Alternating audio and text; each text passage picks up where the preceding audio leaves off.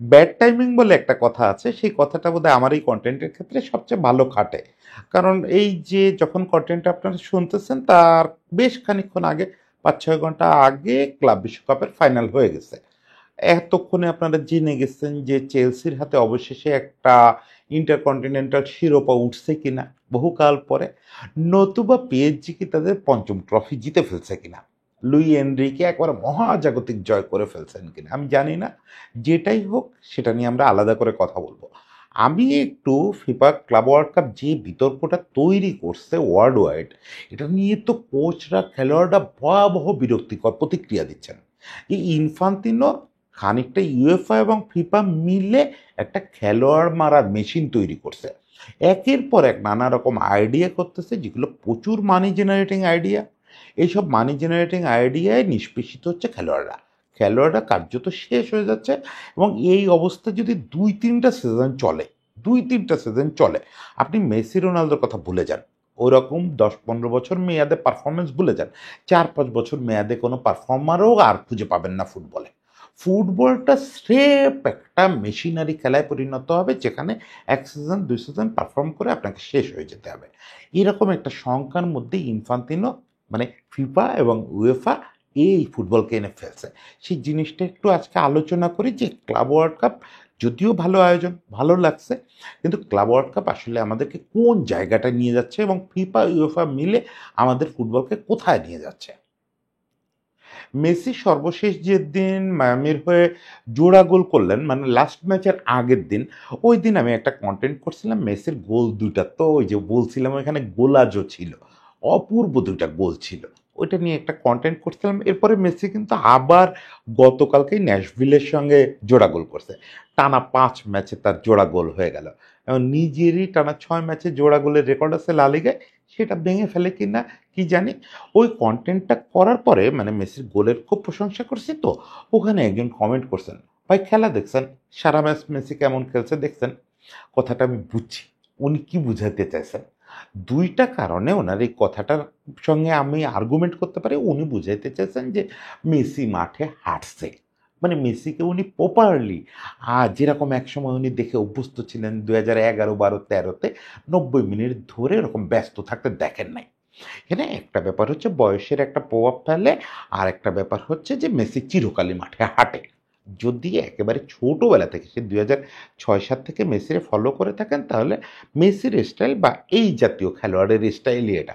Messi, রিকলমে, Zidane এরা মূলত of the ball walk করে।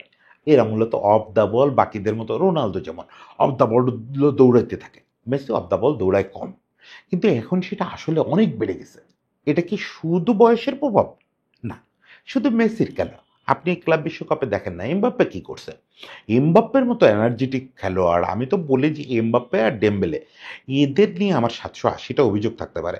ডেম্বেলের নিয়ে অভিযোগ নেই, এমবাপ্পের নিয়ে ৭৮০টা অভিযোগ থাকতে পারে, কিন্তু ওদের এনার্জি নিয়ে তো কোনো সন্দেহ নাই।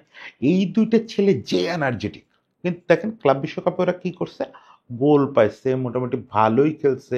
ডেম্বেলে তো দলকে নিয়ে ফাইনালেও চলে গেছে, কিন্তু সেই খেলাটা কি দেখছেন যেটা সিজন ধরে খেলছে দেম্বেলে, গত ১ সিজন ধরে সেই খেলাটা ছিল না। ও মাঠে ক্লান্তিতে নুয়ে পড়তেছিল। যে ম্যাচেও গোল করছে ওই ম্যাচেও গোল করছে, অ্যাসিস্ট করছে, ওই ম্যাচেও পারতেছিল না আর। ৯০ মিনিট হওয়ার আগেই ওর যদি চক্ষু লজ্জার সমস্যা না থাকতো তাহলে হয়তো নিজেই বলতো উঠে যাব। বহু খেলোয়াড় করছে এই ম্যাচ চলাকালে, সুয়ারেজরে আমি কয়েকবার করে দেখছি মিয়ামির, সেটা সুয়ারেজের ফিটনেস বেশি ডাউন হয়েছে বলে। এছাড়া বহু খেলোয়াড়কে দেখছি আমি নিজেই তাকে তুলে নেওয়ার জন্য রিকোয়েস্ট করতেছে যে আমাকে তুলে নেওয়া, আর পারতেছি না। প্রত্যেকের মধ্যে হ্যারি কেনরে দেখছি, প্রত্যেকে এই সিজনের এই সময়ে এসে ক্লান্তি একেবারে খেয়ে দিচ্ছে। কারণ কি? কারণ হচ্ছে রেগুলেশন অনুযায়ী গত ১ সিজন আগে পর্যন্ত এই সময়টা ওদের রেস্টে থাকার কথা। কেউ কোনো বিচে শুয়ে থাকবে, একটা কোনো ক্রমে একটা শর্টস পরে, ফ্যামিলির লোকজন থাকবে আশেপাশে, একটু যাদের কম বয়স তারা বন্ধুবান্ধব নিয়ে এই যে আমাদের ইয়ামাল যেরকম করে বেড়াচ্ছে, সারা পৃথিবী চষে বেড়াচ্ছে, তাই করবে। কেউ আবার একটা যাদের সামর্থ্য আছে তারা একটা ইয়ার্ড ভাড়া করে নিয়ে পুরা দেখা যাবে যে বড় বড় অবকাশ কেন্দ্র ঘুরে বেড়াচ্ছে, দ্বীপ ভাড়া করে নিয়ে ঘুরে বেড়াচ্ছে।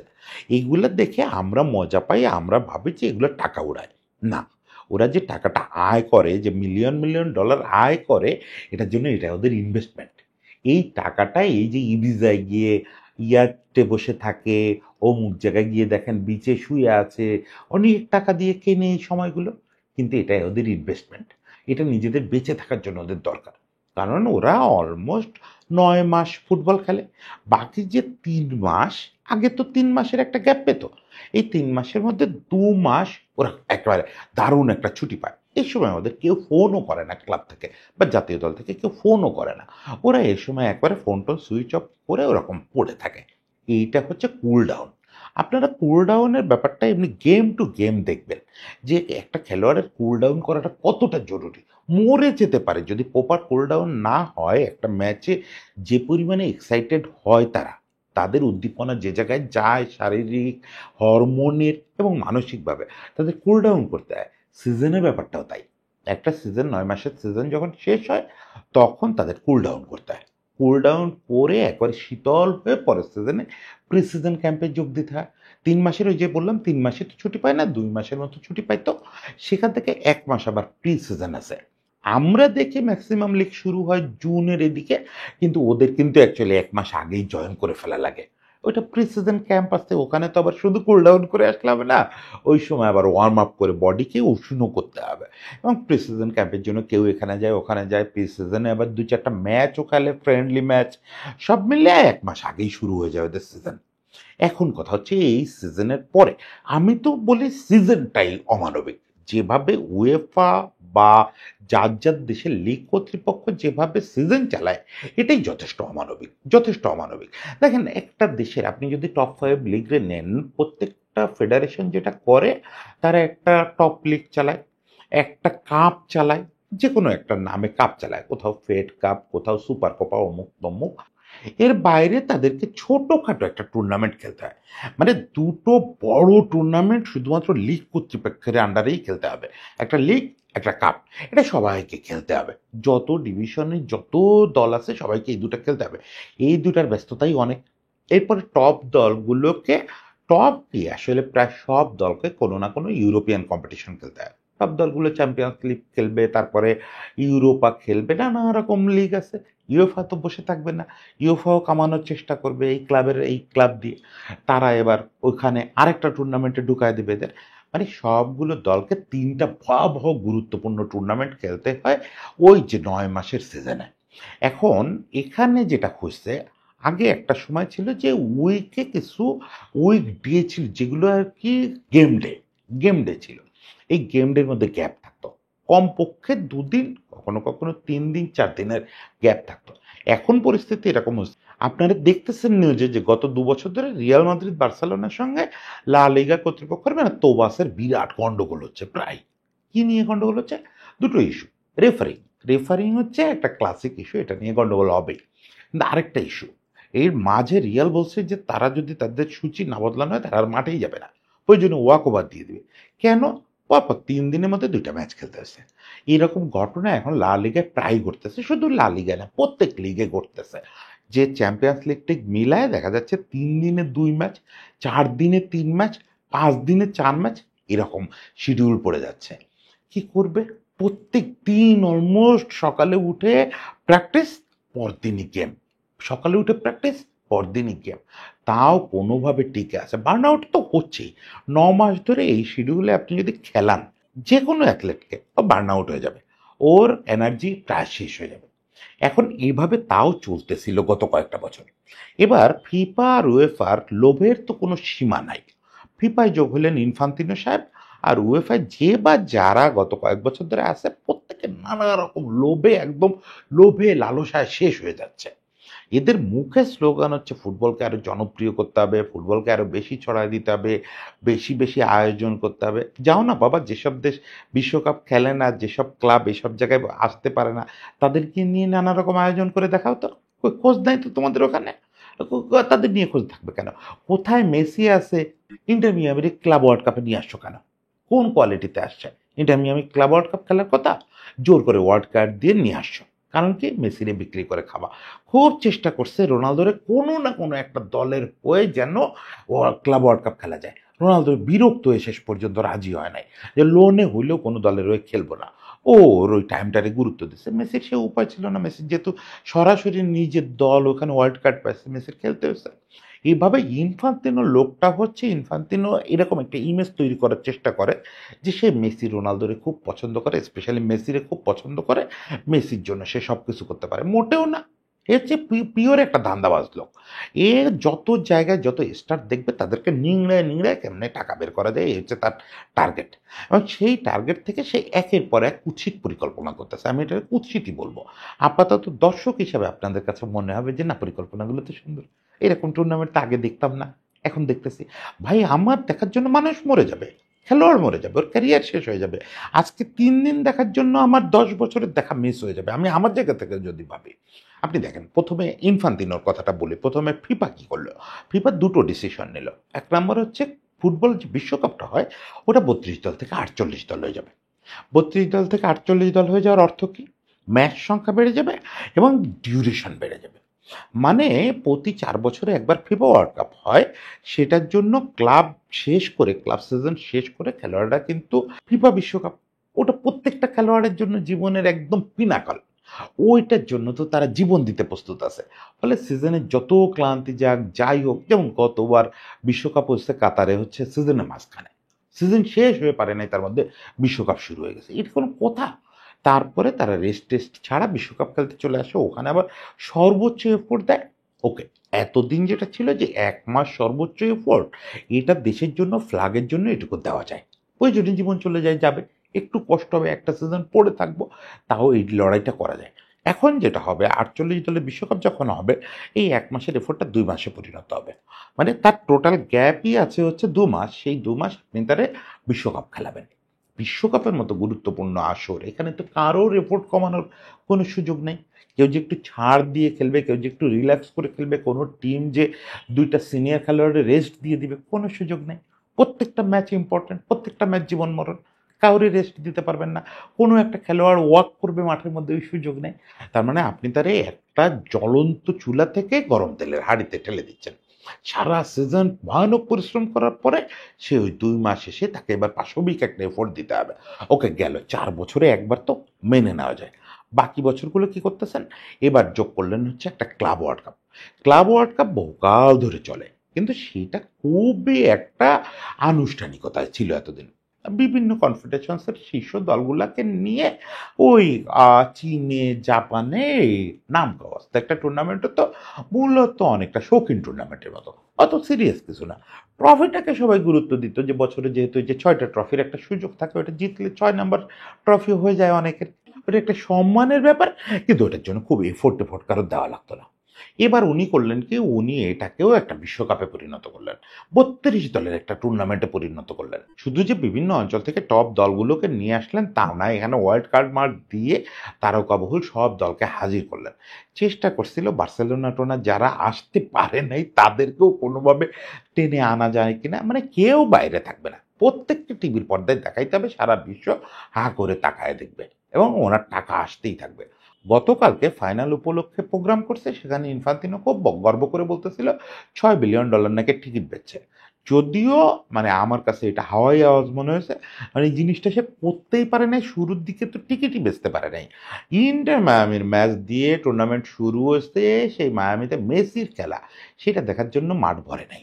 আপনি শেষ পর্যন্ত স্কুল কলেজের বাচ্চাদের ফ্রি টিকিট দিয়ে মাঠে ঢুকাইতে হয়েছে। খুবই স্বাভাবিক, সারা বছর দেখতে দেখতে মানুষও ক্লান্ত।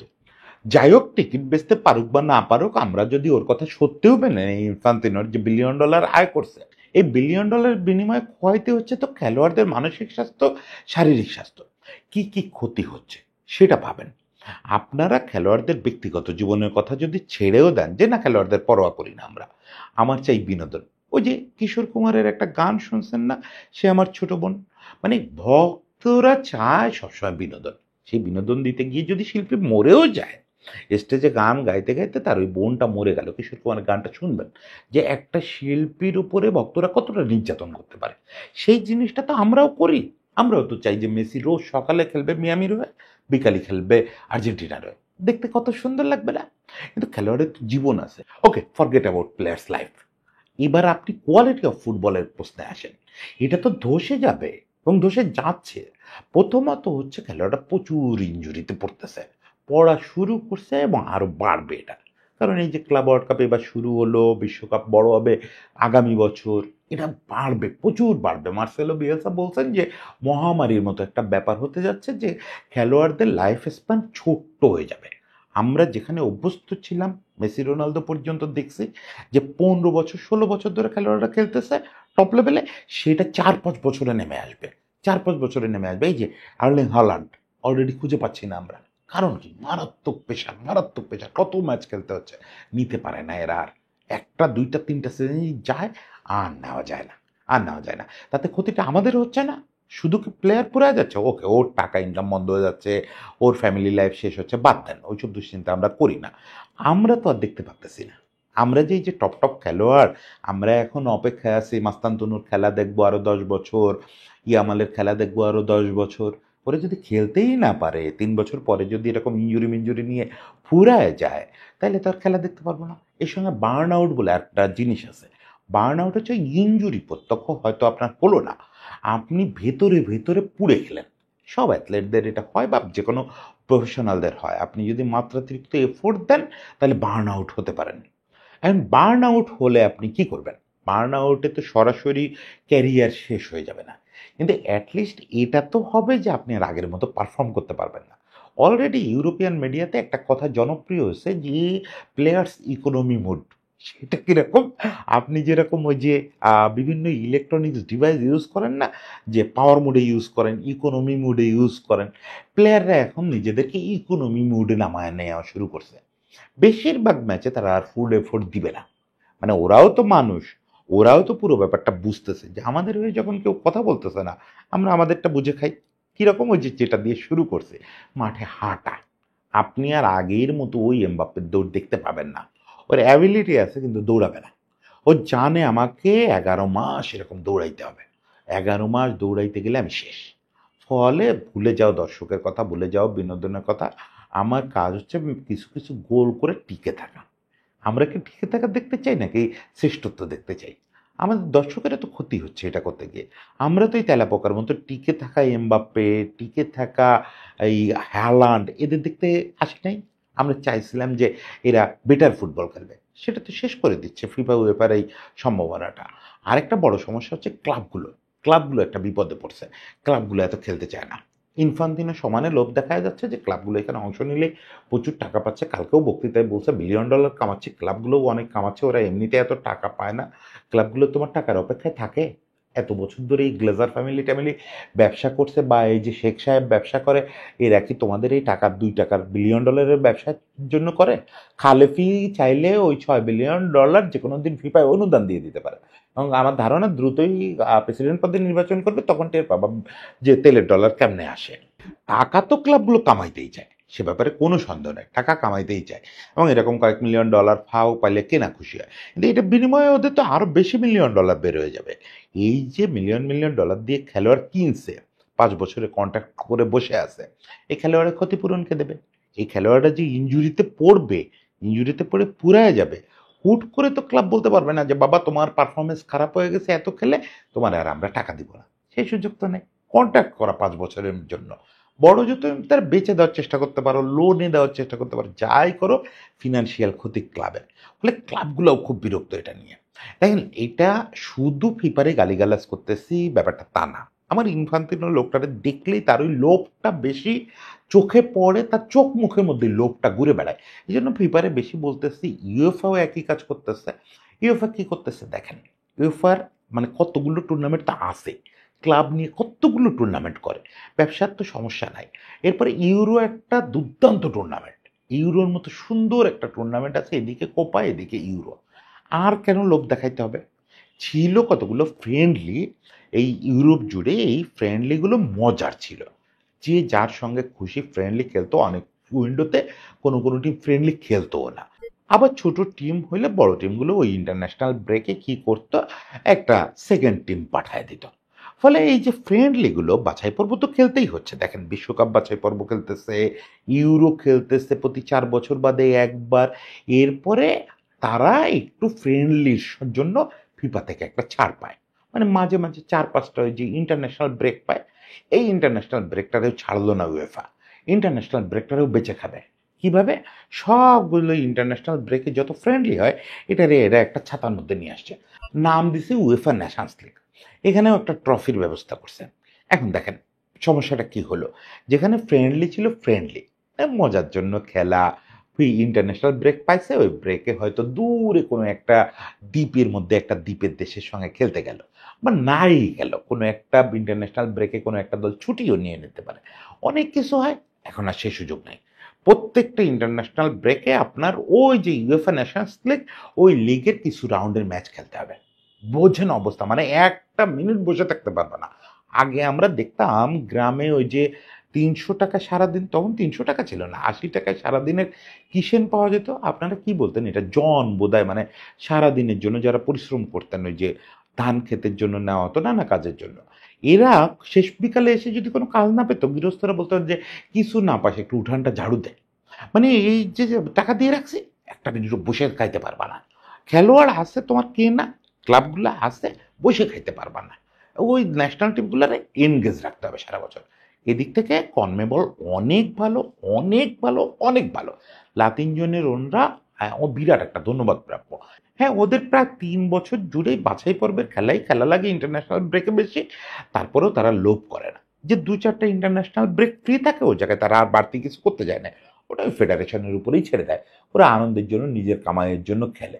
কিন্তু ইউএফার লোভের শেষ নাই। ইউএফা প্রায় ফিফার মতোই লোভী, এবং ইউএফার এই লোভীটা করে গেছে ফিফার আগেই প্লাতিনি।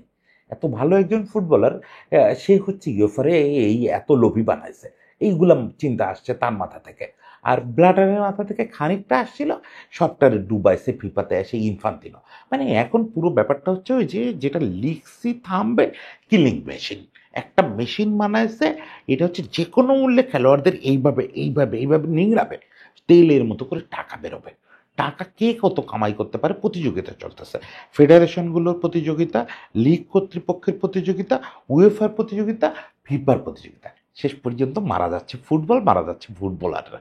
এইভাবে আর যাই হোক ফুটবল টিকবে না খুব বেশি দিন।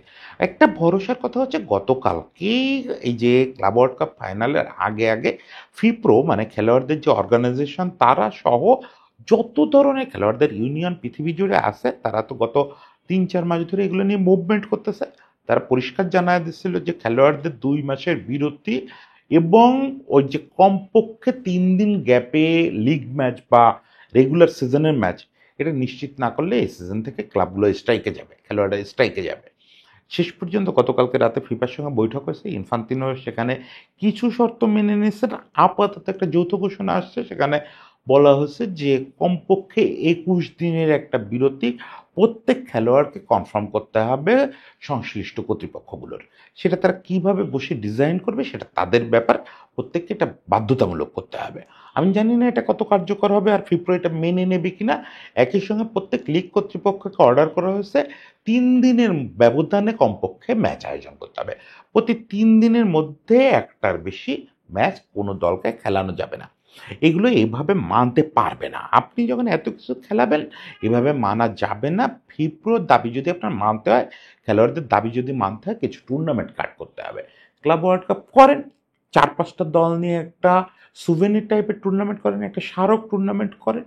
ফিফা বিশ্বকাপ আগের মতো 32 দলে করেন, টাইমটা ছোট রাখেন, লোক কমান। তা না হলে খেলোয়াড় বাঁচবে না। এইসব মিটিং ফিটিং করে ফিফার দাবি মেনে একটা যৌথ বিবৃতি দিবেন, আর আমরা সেটা বিশ্বাস করে নেব।